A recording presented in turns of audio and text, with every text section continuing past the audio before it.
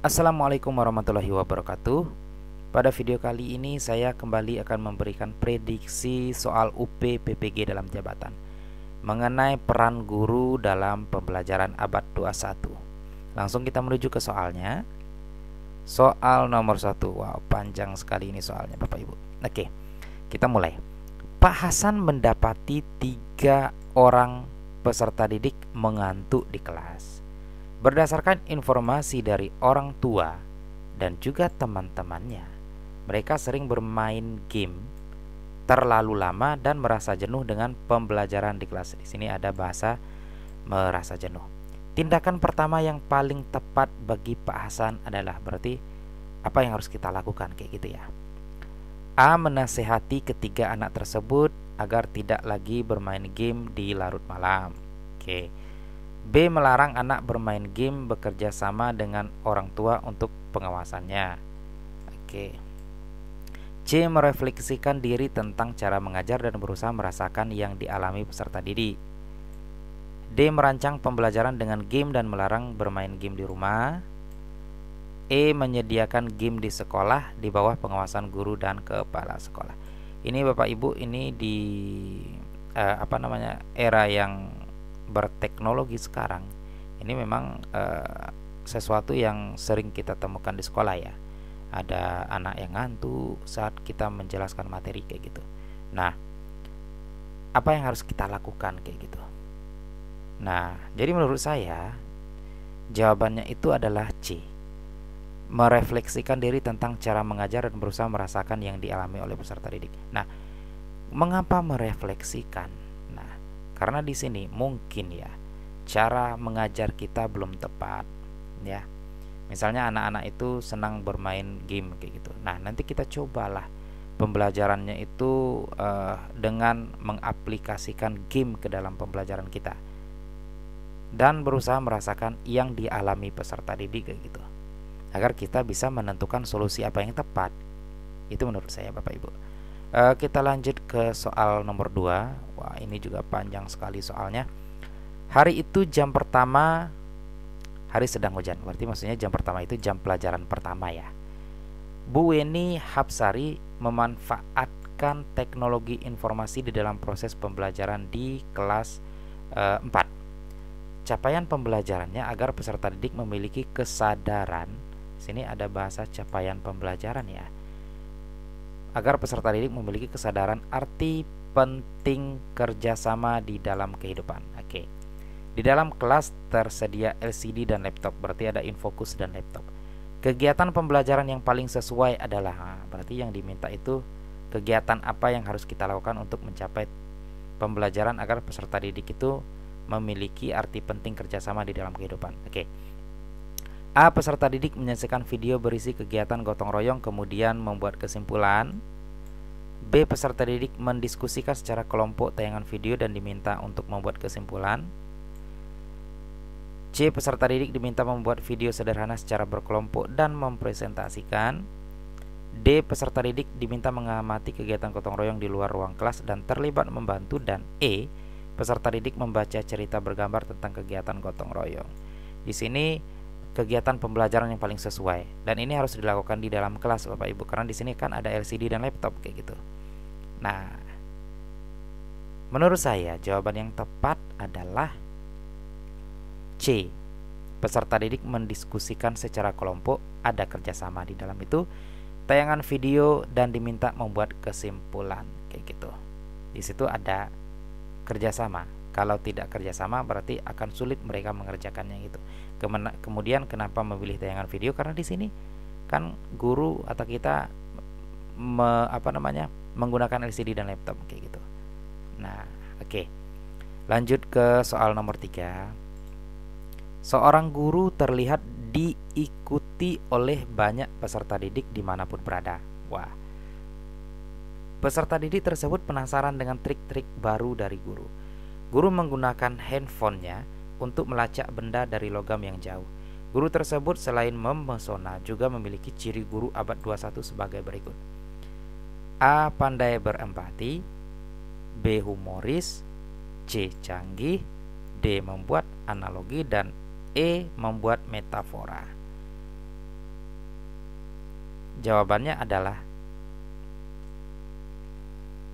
C, canggih. Karena di sini kan ada handphone, trik-trik baru kayak gitu dan lain sebagainya. Oke, lanjut ke soal nomor 4.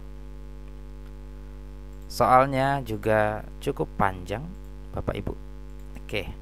Peserta didik kesulitan memahami hubungan antara peredaran darah yang lancar dengan kesehatan tubuh. Bu Ani mengatakan, "Anak-anak, pernahkah kalian melihat sungai yang kotor karena sampah dan tersumbat? Apakah dapat mengairi sawah-sawah agar tanaman menjadi sehat?" Pernyataan Bu Ani memperlihatkan salah satu kompetensi guru abad 21, yaitu kemampuan dalam hal Nah, A. Membuat padanan kata, B. Membuat analogi, C. Menghadirkan contoh, D. Membuat metafora, E. Melakukan eksplorasi.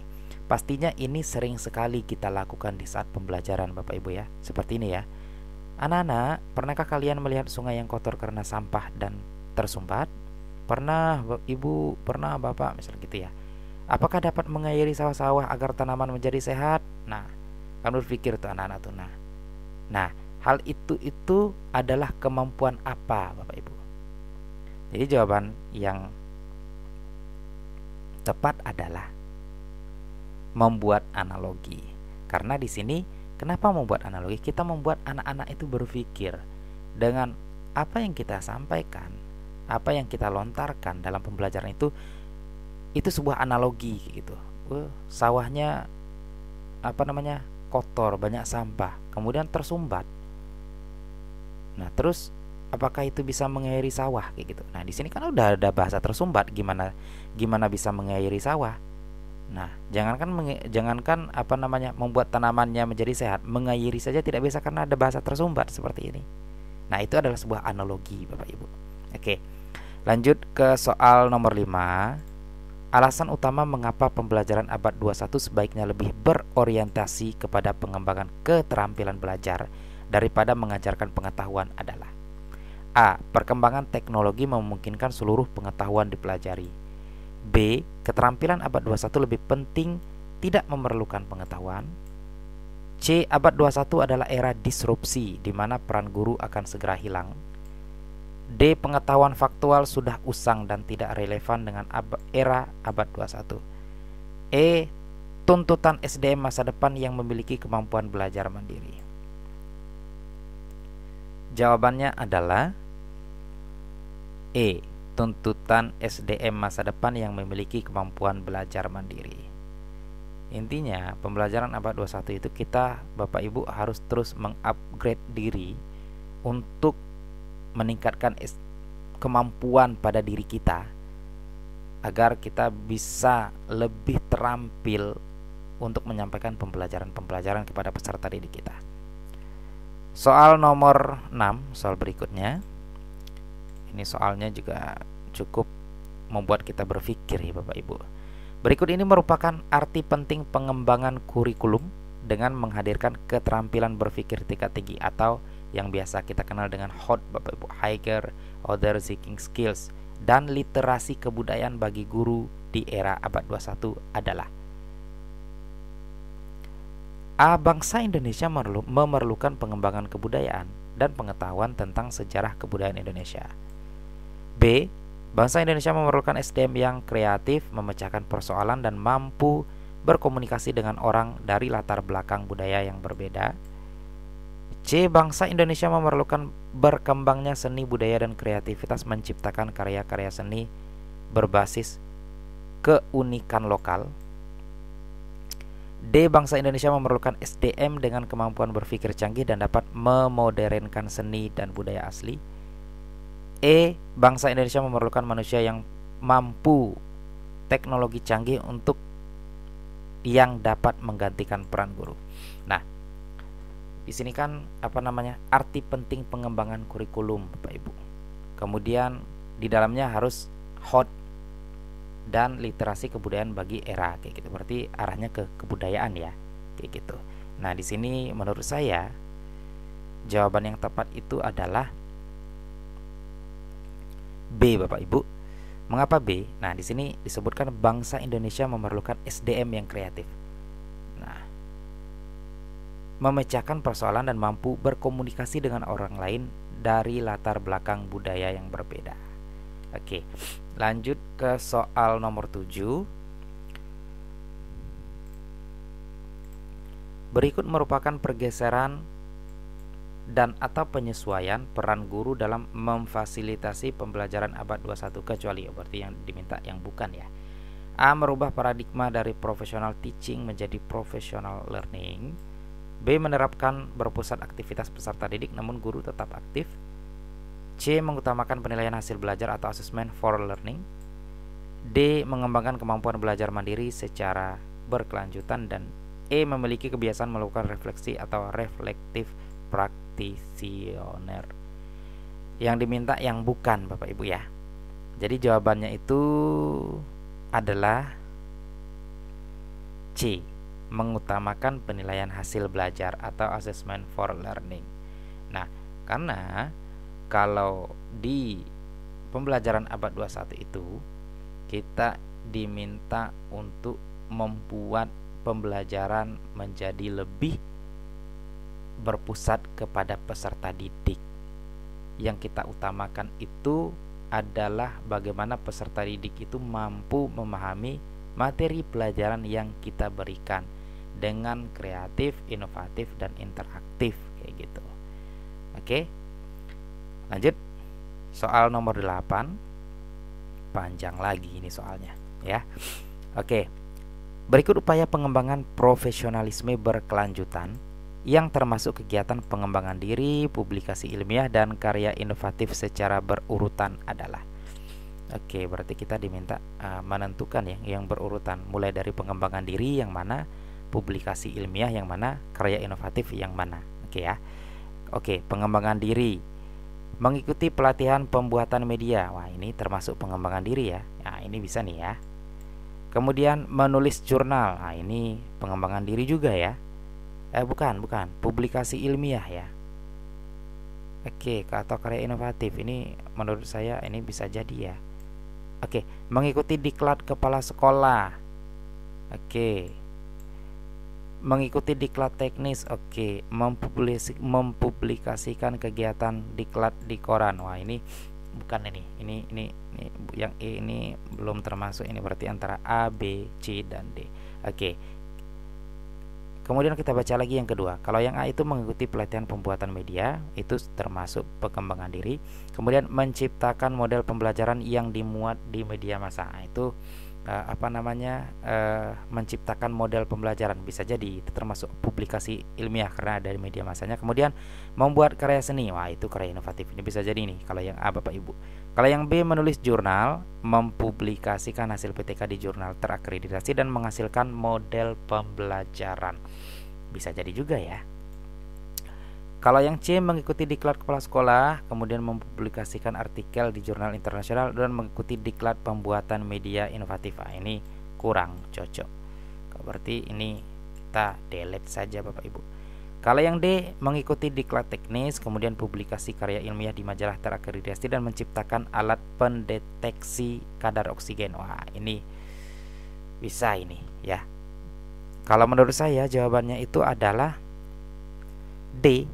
Karena di sini ada menciptakan. Jadi saya sudah bisa langsung menebak ya. Menciptakan. Kalau di sini membuat juga bersama. Tapi di sini ada yang namanya alat ya. Alat itu kan bisa digunakan kayak gitu. Digunakan dalam pembelajaran ya. Tapi kalau karya seni itu hasil yang kita buat sendiri, misalnya lukisan atau tarian dan lain sebagainya kayak gitu. Tapi kalau di sini langsung bisa digunakan kayak gitu. Menurut saya seperti itu. Lanjut ke soal nomor 9. Ini juga panjang sekali kunci jawabannya. Belajar mandiri berkelanjutan memiliki dimensi psikologis, pedagogis, dan dimensi sosial. Berikut ini secara berturut-turut merupakan indikator adanya ketiga dimensi tersebut dalam belajar mandiri adalah. Oke, kita cari dulu dimensi psikologis. Nah, di sini ada yang opsi A-nya belajar individual dan menyendiri. Ini termasuk psikologis, ini bisa jadi. Memiliki kebebasan belajar, bisa jadi ya. Mengisolasi diri secara fisik, bisa jadi. Memiliki kebebasan dalam belajar, bisa jadi. Belajar mendasarkan tujuan yang ditetapkan. Wah, ini kurang cocok ya. Oke, cari yang nomor 2 lagi, pedagogis lagi. Nah, pedagogis yang mana? Aktif mencari sumber belajar, bisa jadi ini. Menghadiri forum ilmiah, ini ya bisa jadi lah ya. Melanjutkan sekolah dan menentukan tujuan belajar sendiri. Ini kurang apa? Nah, kita coba aja dulu ya. Ini kita tetap ambil aja. D. Memiliki kebebasan dalam belajar, aktif mengikuti diskusi ilmiah dan menilai kemajuan belajarnya sendiri. Wah, ini juga cukup cocok ya. Kalau menurut saya jawabannya itu adalah D ya. Ini cocok ini. Psikologisnya memiliki kebebasan dalam belajar, memilih cara belajar sendiri, memilih apa yang akan dipelajari kayak gitu, tergantung sesuai dengan kebutuhan dan keinginannya. Itu termasuk psikologis Bapak Ibu. Aktif mengikuti diskusi ilmiah itu adalah pedagogis. Kemudian menilai kemajuan belajarnya sendiri, dan itu adalah dimensi sosialnya. Peduli terhadap diri sendiri, peduli terhadap perkembangan belajar, apa yang sudah diraih, apa yang belum diraih, dan apa tujuan pembelajaran berikutnya. Menurut saya yang lebih tepat itu adalah D Bapak Ibu. Soal nomor 10. Berikut ini termasuk kategori keterampilan khusus yang memerlukan pengambilan keputusan yang diperlukan dalam belajar mandiri adalah: A. Kemampuan merumuskan tujuan pembelajaran. B. Keterampilan menetapkan tujuan pembelajaran. C. Keterampilan memproses dan mengolah informasi. D. Keterampilan menerjemahkan dan memahami bahan tertulis. Dan E. Kemampuan menerjemahkan informasi visual. Di sini adalah keterampilan khusus ya. Itu memerlukan pengambilan keputusan yang diperlukan dalam belajar mandiri adalah keputusan yang diperlukan dalam belajar mandiri, berarti dalam belajar ya. Oke, jawabannya adalah B. Keterampilan menetapkan tujuan belajar ya, bukan merumuskan tujuan belajar. Kalau merumuskan itu berarti kita belum menetapkan kesimpulannya. Kalau sudah menetapkan itu sudah kesimpulan kayak gitu. Ini tujuannya harus dapat kayak gitu. Nah, belajar ini misalnya belajar menggambar, berarti belajar menggambar teknik realis misalnya kayak gitu ya dalam seni rupa. Nah, harus bisa kayak gitu. Oke, saya rasa itu. Terima kasih, semoga bermanfaat. Semoga sukses UP-nya, semoga lulus PPG-nya, dan di akhir kata wassalamualaikum warahmatullahi wabarakatuh.